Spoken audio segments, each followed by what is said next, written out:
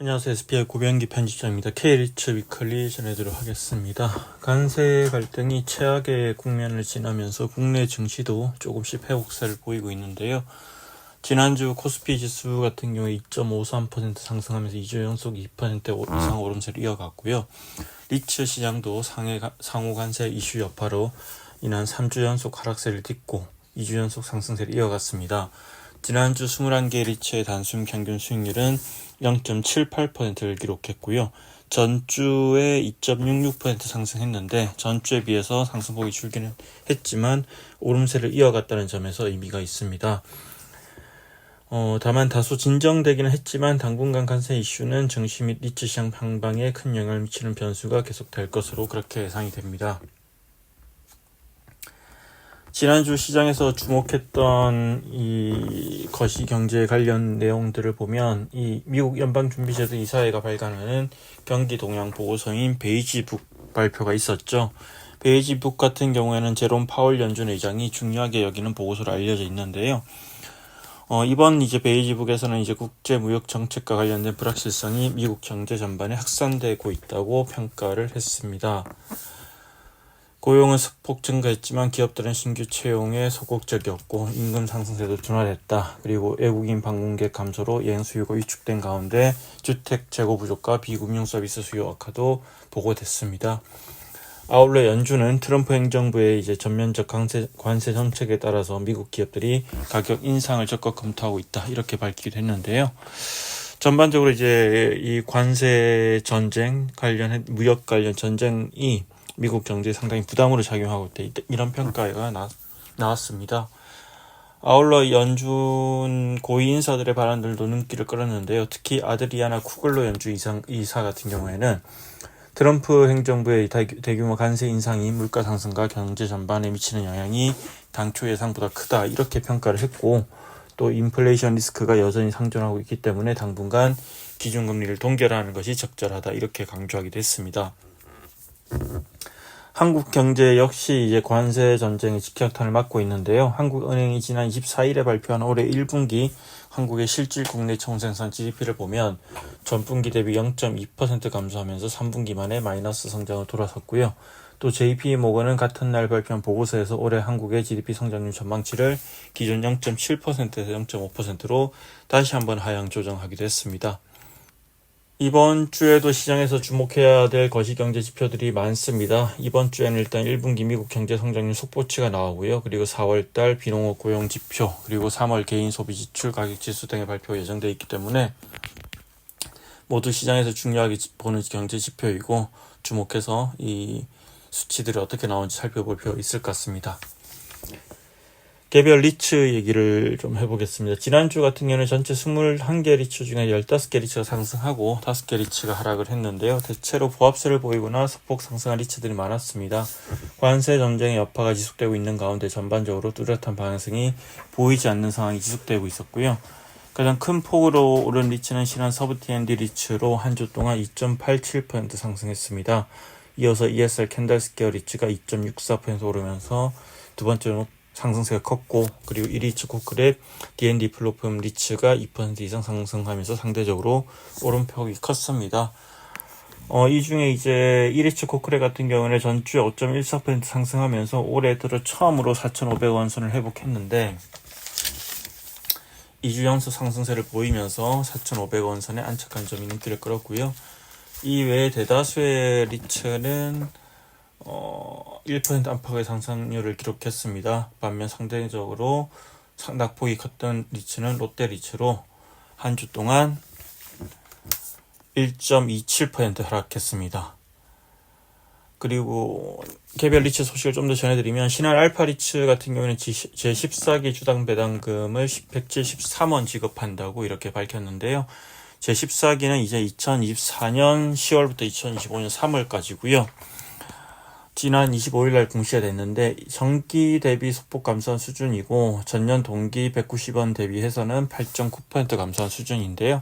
신한 알파 리츠 같은 경우는 지난 제12기에 용산 더 프라임 매각 등을 통해서 특별 배당금 642원을 지급하기도 했으나 이유는 주당 배당금이 170원대로 내려앉았는데 아마 가장 큰 이유는 지난 2023년에 용산드 프라임 매각으로 임대 수익 줄어든 데다 또 지난해 시티스퀘어와 GS 수초타워 편입에 이어서 또 올해 BNK 디지털타워 편입을 추진하는 과정에서 이자 비용이 증가하면서 또 배당 재원이 줄어든 것으로 풀이됩니다.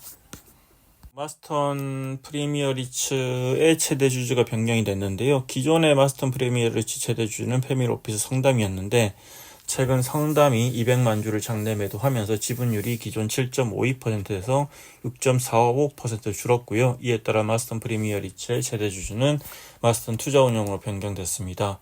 마스턴 투자운용의 기존의 마스턴 프리미어 리츠 지분율은 6.02%에서 6.46% 상승하게 됐고요.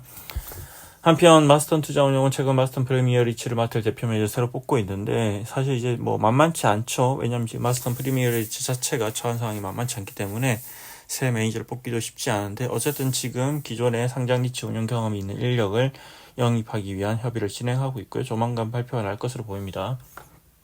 그리고 마지막으로 이제 NH 오른리츠 얘기를 좀 해보겠습니다. 이 NH 오른리츠 관련 얘기를 하는 이유는 최근 이제 한국리츠협회 주관으로 IR 행사가 있었는데 3개 리츠가 참여를 했습니다. NH 오른리츠와 D&D 플랫폼 리츠 그리고 롯데리츠 세 곳이 참여했는데 사실 전주에 삼성증권 리서치 주관으로 IR 행사 열렸고 그 당시에 또 D&D 플랫폼 리츠와 롯데리츠가 발표를 했기 때문에 한 일주일 만에 열린 IR 행사에서 특별히 다른 내용이 나오진 않았고요. 다만 NH 오른리츠 같은 경우에는 삼성증권이 이제 IR에 참여하지 않았고 이번에 또 한국리츠협회 주간에 IR 참여했기 때문에 좀 관련 내용을 전해드리면 크게 보면 리파이낸싱, 포트폴리오 리밸런싱 그리고 주주가치 제고 세 가지 측면에서 이야기를 했고요.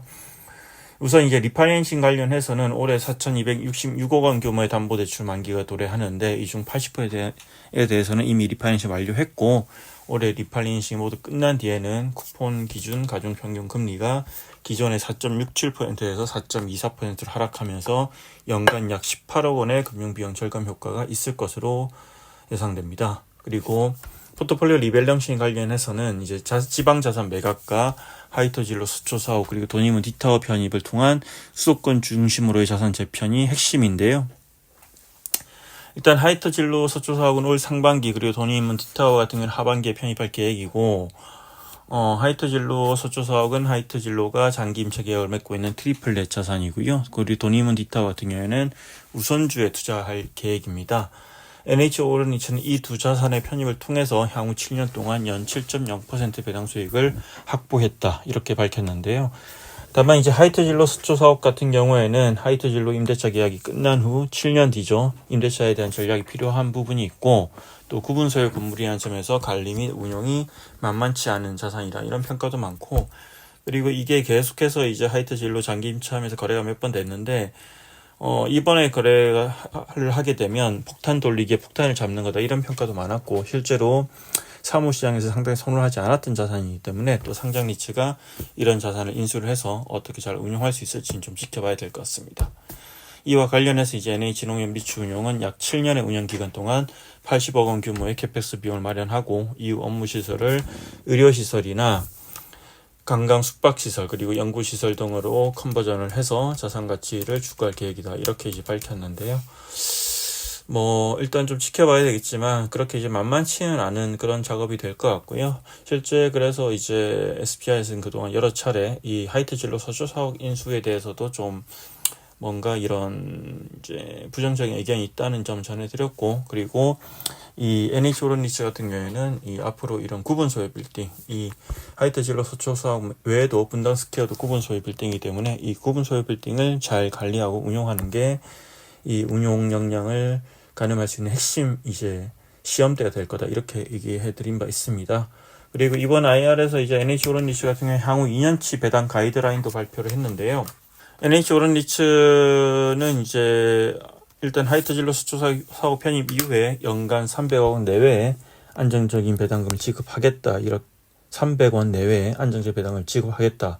이렇게 밝혔는데 일단 실제로 얼마나 이제 배당을 잘 지급할 수 있을지는 지켜봐야겠지만 일단 기본 계획상으로는 그렇게 이제 밝혔습니다. 네, 이상으로 K리츠 위클리 전해드렸습니다. 고맙습니다.